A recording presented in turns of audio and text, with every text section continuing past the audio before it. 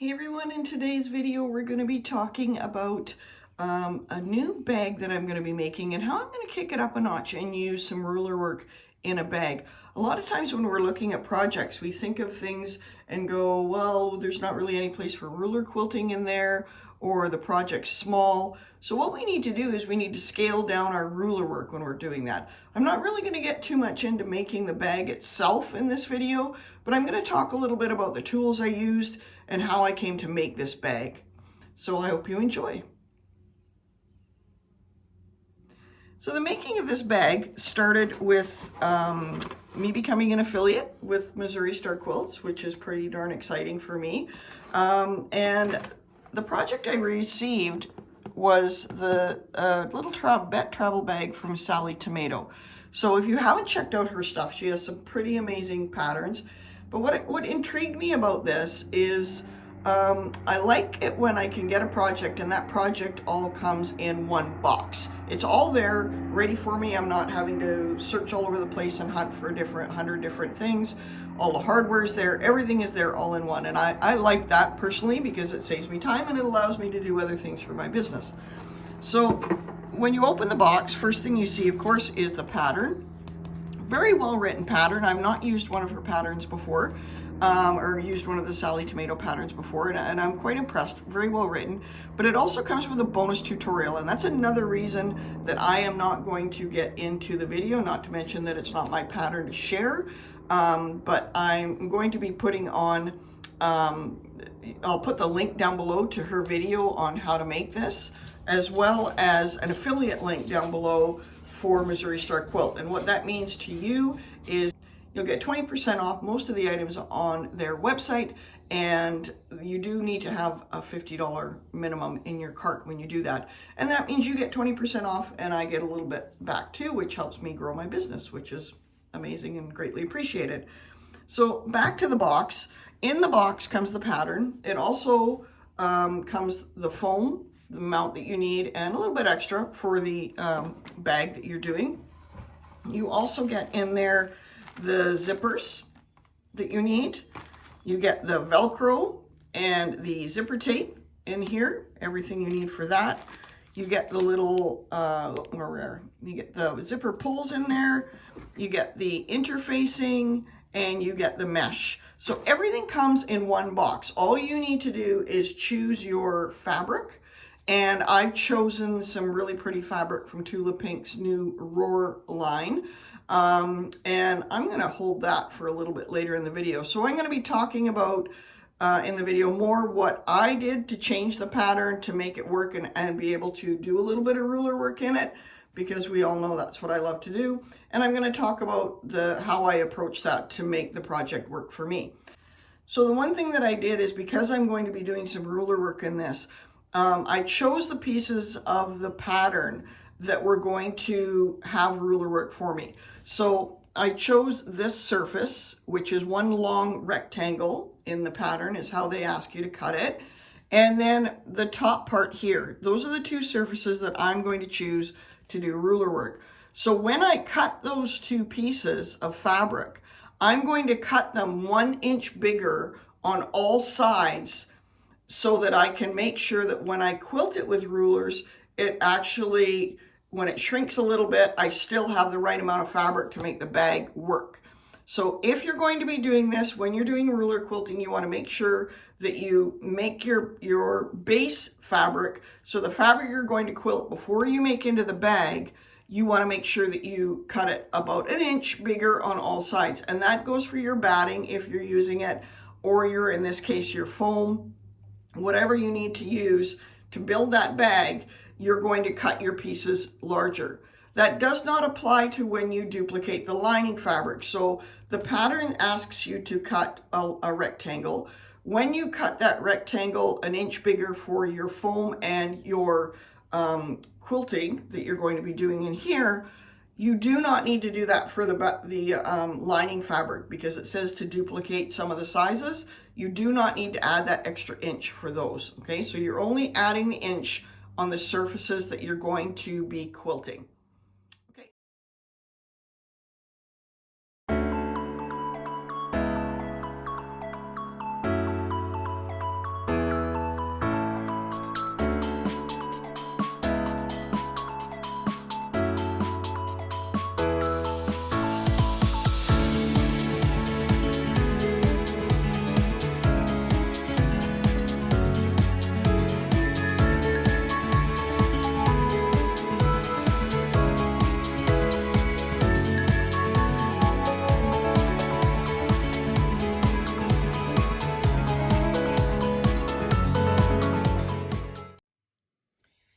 we're back again, and the fabric that I've chosen to make this bag out of is this beautiful new line by Tula Pink, and this is, it's called Roar, and if you look here you can see this really cute little pterodactyl. How cute is that?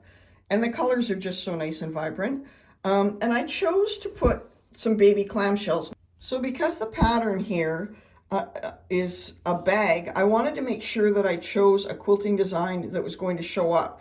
And I could have done straight lines, or I could have done nothing, or I could have done wavy lines. I could have used anything, but I thought clamshells would be kind of cool, and it kind of reminded me of scales. So for the line of Roar fabric, which is dinosaurs, etc., I thought scales might be kind of cute. Yes, I know dinosaurs don't always have scales.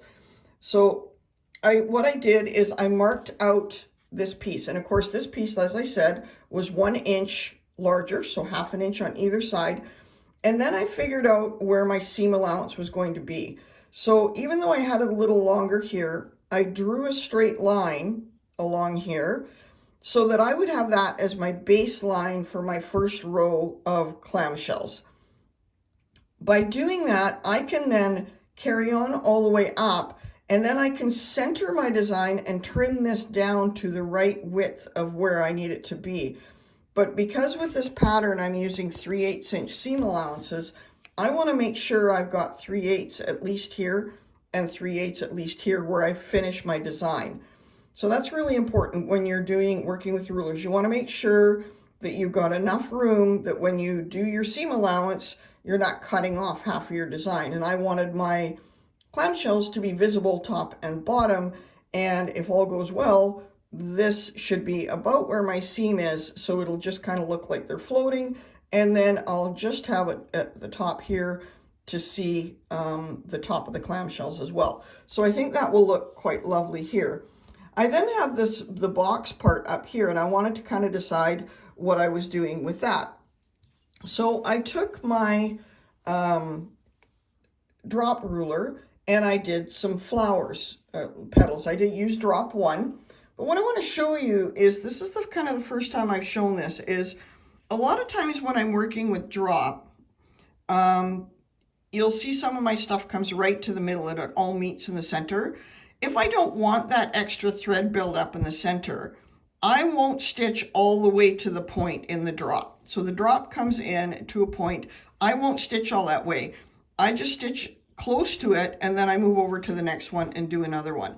And then I can go ahead and I'm going to applicate a little center in this to make the flower look really pretty, or you can leave it. But sometimes if you've got a bunch of thread build up there, you want to be a little careful, and you also want to make sure anytime you're doing this kind of design, you want to make sure that you've got that a nice sharp needle when you're starting. So the other thing I want to talk about with this is the thread that I used. You'll see that I used a nice heavy 12 weight thread. I did that because the fabric is quite busy, and in order to make those clamshells really kind of pop, I wanted to make sure that it was easy to see the design. I wanted that texture. So I made sure that I used a heavier thread. Now when I'm using the heavier on top, so here I've used the 12 weight thread on top, and the one I chose to use was Spagetti by Wonderfil. On the bottom, I used, it's called Decobob. So it's just a really, it's a finer weight, and you can see how it creates some really cool texture on the back of the foam, because I didn't put a back layer on here. I just did my top layer and the foam, so there's no other fabric on the back because this is going to get lined as a pouch. So I thought it was really kind of neat how it creates some different texture and such on the back. I used Decobob on the back, and I used the 12 weight on the front. So that gives you a couple good ideas of how I'm going to finish this bag. I'm going to go ahead and do a little bit more stitching on this, and then I'm going to show you the progress as we make it. Hey everybody, so I finished the bag. Yesterday was Mother's Day, and I was fortunate enough to have the entire day to sew, and I finished the entire bag, other than the ruler quilting, in one day, and that's with a few interruptions here and there, but for the most part, sitting down in a day, I got it done. And the second one would be even faster. I like to take my time, and sometimes I wasn't happy with some of the things, so there was a little seam ripping involved, but that's okay. That's all part of the learning process, and it's good to challenge ourselves with something different every day. So I'm going to show you the bag. Are you ready? Here it is. So I'm super happy with the bag and the way it turned out. The instructional video by Jess at Sally Tomato was excellent. The written instructions are very clear. I had no problems following along. This, you can see I use the Tula Pink fabric Roar, and this is the one with the pterodactyl on it. Isn't it cute? And my pterodactyl kind of ended up in the center, and I'm going to kind of explain how I did that.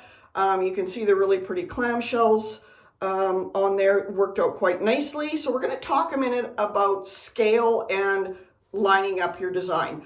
So earlier I showed you that I quilted this in one long strip, and it was 1 inch wider all the way around than it needed to be. That gives me room for when the quilt shrinks up, because when you quilt stuff, it gets smaller, the fabric gets smaller because it shrinks in. You're taking up some of the gap with or taking up some of the fullness with the quilting.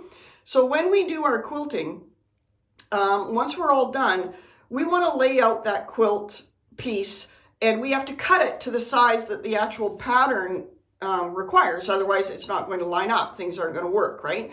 So we want to make sure that we've lined that up properly. So I recommend maybe taking some strips of paper and laying them out on top to create a window or a frame to see where your quilting is going to end up. Now, if it's a smaller section, like maybe the top, maybe not necessary. You just want to find the center of this piece on top once you've chosen your design, and then you don't really need to worry about it. But when I've done a long strip like this, when I've quilted at least 1 inch on each side, larger than I need to, I can then go ahead and choose what section I want. So I'm going to move my paper frame or my ruler back and forth so that I kind of get things lined up and centered the way I want. And that is horizontally as well as vertically. So if you've got clamshells, say for example, you want to kind of make sure they look relatively even.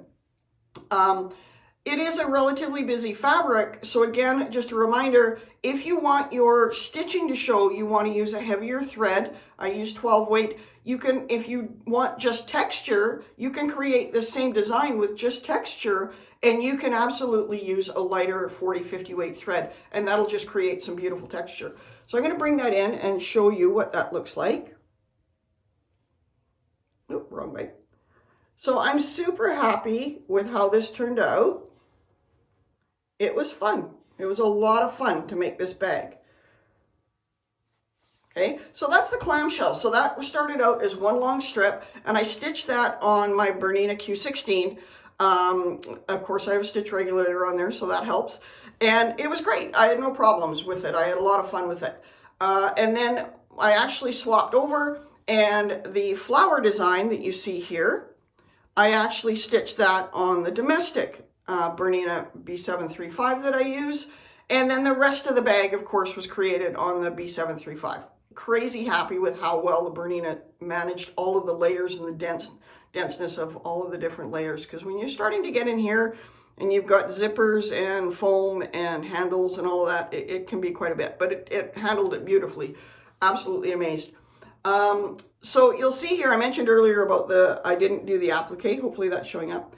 I went through a bunch of my old scrapbooking stuff that was actually headed to the Salvation Army or the local thrift store. And I found all these little buttons, and I thought, what a perfect way to center that, to put in the center of that flower. So anytime you're doing a design and you get to the center and maybe your points don't match up, or you have decided that you don't want to stitch all the way to the center because you don't want the bulk, and that's completely understandable. If you don't want to applique something over where those centers maybe don't quite meet, how about a little button or something that you've got, a little knick-knack or something that you've got? And I just thought that that little bee was just super cute. So there's the outside of the bag. Again, we've got a lovely handle. It's a good size, as you can see, it's a good size. I haven't quite decided what I'm going to do with it yet, whether it's going to be like a carry-all case for traveling or if it's going to be a sewing case. to put my sewing stuff in. So we'll see. I'll keep you updated on that. So then when you open the bag, inside is cool too because it's super customizable. And they explains, Jess explains in the video that you can totally do some or all of this or not any of it. So the first thing when you open the pouch, you can see here we've got a really pretty zipper pouch, so that opens up. Try and do this with one hand. Opens up and you've got it lined with that lovely Tula fabric on the inside. The whole thing I made with Tula fabric. And then there's this little section here that's a little flap, and it's got little elastic here. And all of this stuff, other than the fabric, came in the kit from Missouri Star. So I can put pens or pencils or whatever there, or paintbrushes or whatever I choose. And then that opens up. I'm squishing this all up, but that opens up, and now we've got sectioned liners on the inside, as well as some more elastic for you to put bigger stuff. So bottles or pressing pens or whatever you need to put in there if that's what you're doing. Little shampoo bottles if you're using it as a carry-all.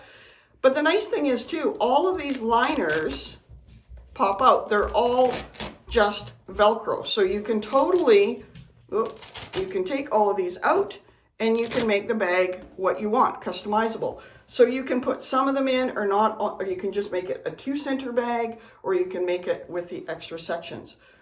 So yeah, so it's a really, really fun bag. So much you can do with it. I hope that you enjoy it. Again, I'll put the link down below for all of the items that I used to make the bag, except for the little bumblebee button, because I have no idea where it came from. It was just in my scrapbooking stuff. But I'll put a link below to the kit, and I'll put the link down below for the thread that I used and the machine that I used. And I will also put a link down below for your Missouri Star Quilt Co. Affiliate link as well. Remember that you can get 20% off most of the stuff on their website, as long as you spend more than $50 US, which I'm pretty sure is not too hard to do. But go ahead and check it out. I do appreciate it because it is an affiliate link for me, which means that I do, as I said earlier, get a small amount back. And that helps me grow my business. So I really appreciate that. And I can do more videos for you guys. So here you go. Please let me know in the comments below if you ruler quilt your projects. So not just quilts, or do you ruler quilt your bags or your pillows, etc.? Let me know in the comments below. I hope you have an amazing day, and I hope that you like this tutorial.